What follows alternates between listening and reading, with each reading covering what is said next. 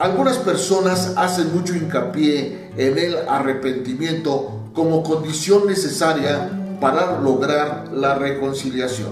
En realidad, el arrepentimiento está involucrado definitivamente en el proceso mediante el cual podemos llegar a ser hijos de Dios, pero hay que saber definir cuidadosamente qué es el arrepentimiento y qué es el remordimiento. Hay algunos que en su celo por hacer que los pecadores se retiren de sus caminos de pecado y reciban a Cristo como su Señor y su Salvador, casi colocan al arrepentimiento a la par juntamente con la fe. Estos definen el arrepentimiento como el sentimiento de una profunda tristeza por el pecado, que usualmente se evidencia por un profundo estado emotivo que produce lágrimas. Pero eso es emocional completamente, nada tiene que ver con la verdadera fe. Esta es una comprensión defectuosa de la palabra arrepentimiento, porque muchas veces este arrepentimiento, que es literalmente dejar de estarse equivocando, se confunde con remordimiento, que es una profunda tristeza o un pesar grande por lo que se hizo, pero que no es suficiente para evitar que vuelva a repetirse. Está bien que haya una profunda tristeza emocional por haber pasado la vida rechazando a Cristo, pero eso no es todo lo que se involucra en el arrepentimiento. Judas Iscariote sintió una tristeza de esa clase por haber traicionado a Jesús, hasta el punto de llorar sin ningún control, y aún devolvió el dinero que había recibido por haber entregado al Señor en manos de sus enemigos. Pero él, en realidad, nunca se arrepintió. Es decir, no creyó. En vez de ello, se colgó como resultado de la absoluta desesperación procedente de la culpa.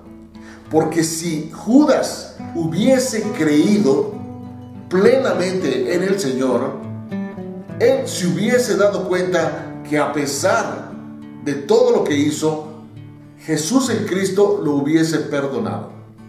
¿Pero qué hizo? Se arrepintió, lloró, tuvo remordimiento, y luego ese remordimiento lo llevó a tener culpa. Pero el arrepentimiento no fue suficiente para hacerle creer que Cristo podía perdonarlo, y él atentó contra su vida y se suicidó. Mateo 27, 3, 5. Por eso es importante que entendamos una cosa. Cuando hablemos con alguien acerca de su necesidad de recibir a Cristo como su Señor, su Dios y Salvador, tenemos que descubrir qué es lo que esa persona piensa respecto del pecado. Si el individuo no comprende que es pecador por naturaleza, tampoco sabrá que necesita un Salvador. Es evidente. Si yo no pienso que necesito trabajar, pues no lo buscaré. Si el individuo no comprende que es pecador, tampoco podrá comprender que necesita un Salvador.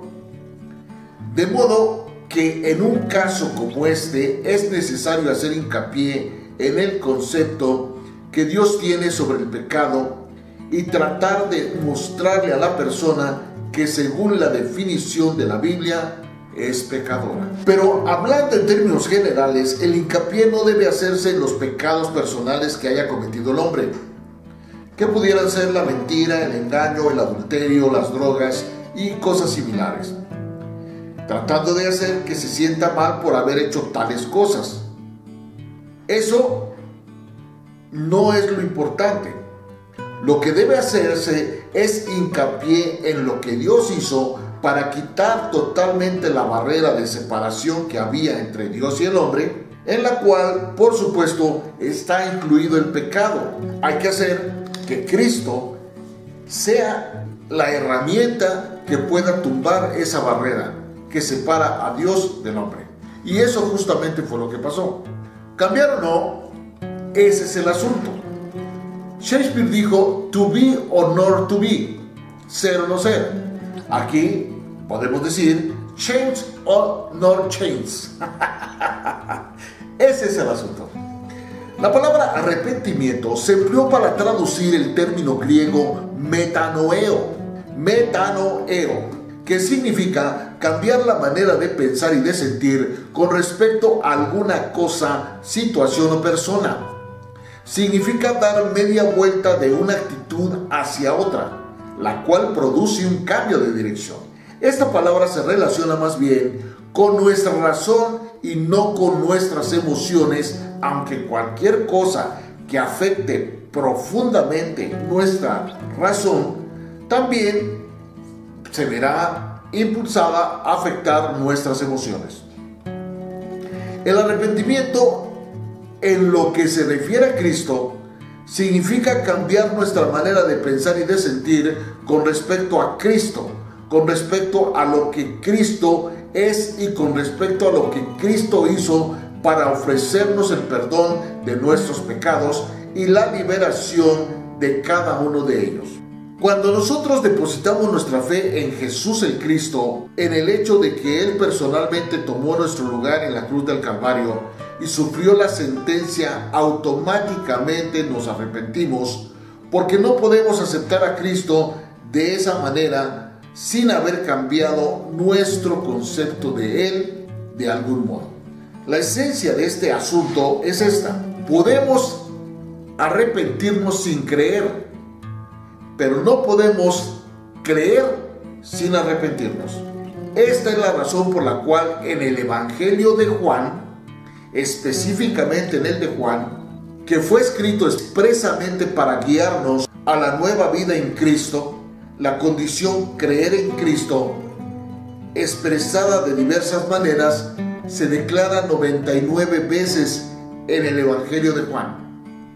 En cambio, la palabra arrepentirse no se encuentra en el Evangelio de Juan. Es muy importante que notemos esto. El Evangelio de Juan fue escrito para guiarnos a creer en Cristo, para guiarnos a la nueva vida en Cristo. Vemos personas en algún culto cristiano o leyendo algún libro que se refiere a la obra de salvación que Cristo hizo en la cruz del Calvario por cada uno de nosotros, las cuales se han dicho: esto es realmente cierto y yo lo creo, pero luego no sienten una profunda experiencia emocional de arrepentimiento que deje todo arreglado. No se sienten seguros de si su fe fue sincera en grado suficiente como para que puedan considerar que tienen derecho a la salvación.